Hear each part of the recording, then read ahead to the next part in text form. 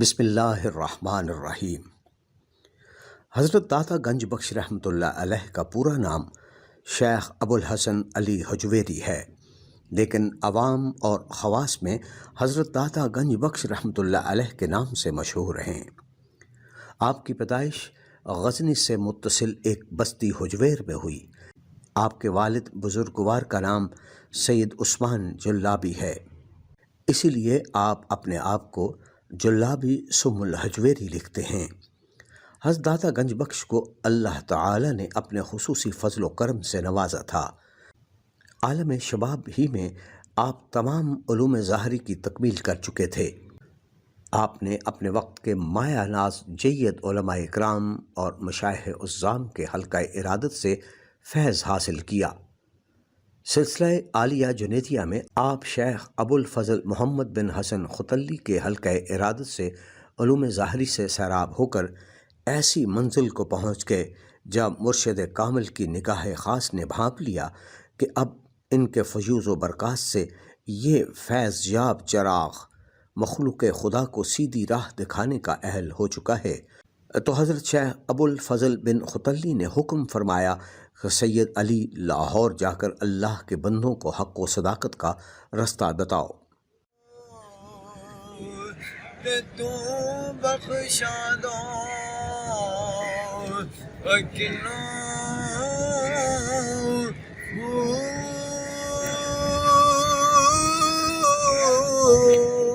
اے تن میرا چشمہ وے اے میں مرشد وے خنار جان لوں دے او مڈ لکھ لکھ چشمہ ایک کولا ایک کجا اتنا ڈٹیا بھی ہن زبر نہ آوے تے میں غور کندے ول پجا ایک دیدار اے مرشد داما مینو لکھ کروڑا ہزار بغداد شہر دی کی نشانی اچھیاں لمیاں چیرا۔ حضرت داتا گنج بخش جب مرشد کے حکم پر 431 ہجری میں لاہور تشریف لائے تو آپ نے اس مقام کو مسکن بنایا جہاں آج آپ کا مزار اقدس ہے۔ حضرت داتا گنج بخش رحمۃ اللہ علیہ کا نام گرامی علی کنیت ابو الحسن اور لقب داتا گنج بخش ہے۔ آپ کا لقب اہل عالم نے عطا کیا۔ بعض محققین کا خیال ہے کہ آپ اس لقب سے 500 سال بعد 9ویں صدی ہجری میں معروف ہوئے، تاہم ڈاکٹر مولوی شفیع کی کتاب مقالات دینی و علمی کے مطابق آپ بر صغیر میں آمد کے ساتھ ہی اس لقب سے مشہور ہو گئے تھے، اور یہ شہرت تواتر کے ساتھ صدیوں کا سفر طے کرتی ہوئی آج بھی رواں دواں ہے۔ حضرت خواجہ معین الدین چشتی رحمۃ اللہ علیہ کا یہ شعر آج زباں زدِ عام ہے: گنج بخش فیض عالم مظہر نور خدا، ناکساراں پیر کامل کاملاں راہ رہنما۔ یہ شعر سلطان الہند حضرت خواجہ غریب نواز حضرت معین الدین چشتی اجمیری نے مزار پر چلہ کشی سے فارغ ہو کر آپ کی شان میں کہا تھا۔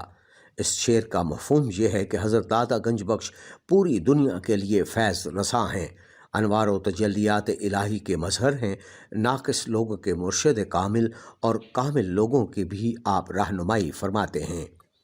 آج جو ہندوستان اور پاکستان میں ہمیں مسلمانوں کی کثیر تعداد نظر آتی ہے، یہ بابر کی تلوار کا نتیجہ نہیں اور نہ ہی اکبر و شاہ جہاں کی قوت اور طاقت کے طفیل ہے، بلکہ یہ ان فقیروں کی پاک نگاہوں کا صدقہ ہے، ان درویشوں کی حق پرستی ہی تو تھی جو اپنے قلوب میں توحید کی دھڑکن اور سینوں میں عشق مصطفیٰ لے کر آئے۔ أشهد أن لا إله إلا الله.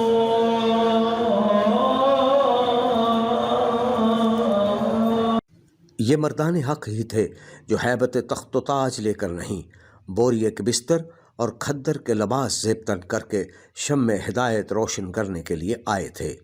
یہی وجہ ہے کہ ان کی روحانی قوت و طاقت اور حق و صداقت کی ہیبت کے آگے ہندوستان کے طول و عرض میں سرکش جاہ و جلال سے تنی ہوئی گردنیں جھک گئیں اور ہندوستان میں اسلام کی روشنی پھیلتی چلی گئی۔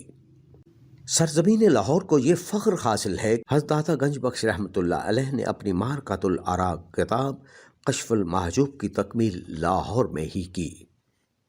یہ کتاب آپ کے علم و فضل کا پتہ دیتی ہے۔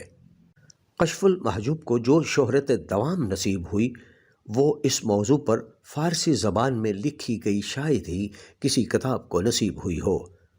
کشف المحجوب کے تراجم عربی، انگریزی، اردو، روسی، جرمن اور دیگر کئی زبانوں میں ہو چکے ہیں۔ حضرت داتا گنج بخش رحمۃ اللہ علیہ فرماتے ہیں کہ تصوف کی ضرورت حصول کرامت کے لیے نہیں بلکہ تزکیہ نفس اور تعمیر اخلاق کے لیے ہے۔ اصل چیز توحید اور اتباع سنت ہے اور یہی تصوف کی روح ہے۔ سب سے زیادہ اللہ کا عارف وہ ہے جو سب سے زیادہ اللہ کے حکم اور نبی کریم صلی اللہ علیہ وآلہ وسلم کی سنت کے اتباع میں مجاہدہ کرے اور عقل کی آنکھیں نور ایمان کے ساتھ منور کرے۔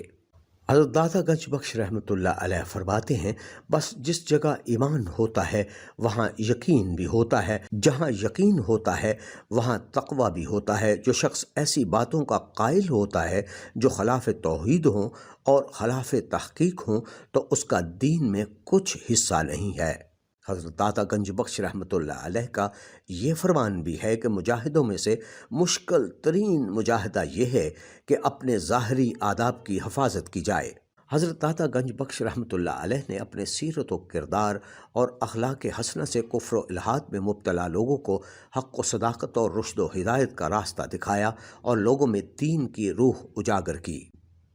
حضرت داتا گنج بخش رحمۃ اللہ علیہ نے اللہ تعالی اور نبی کریم صلی اللہ علیہ وآلہ وسلم کی رضا جوئی اور خوشنودی کے لیے ذکر و فکر الہی، عبادت و ریاضت کا روحانی رستہ اپنایا اور دین اسلام سے بھٹکے ہوئے لوگوں کی خیر خواہی اور بھلائی کے لیے فیضان الہی کو دوسروں تک پہنچا کر مذہبی فریضہ سر انجام دیا۔ یہی وجہ ہے کہ آپ کے ارشادات میں سنت رسول اللہ صلی اللہ علیہ وآلہ وسلم کی جھلک ملتی ہے۔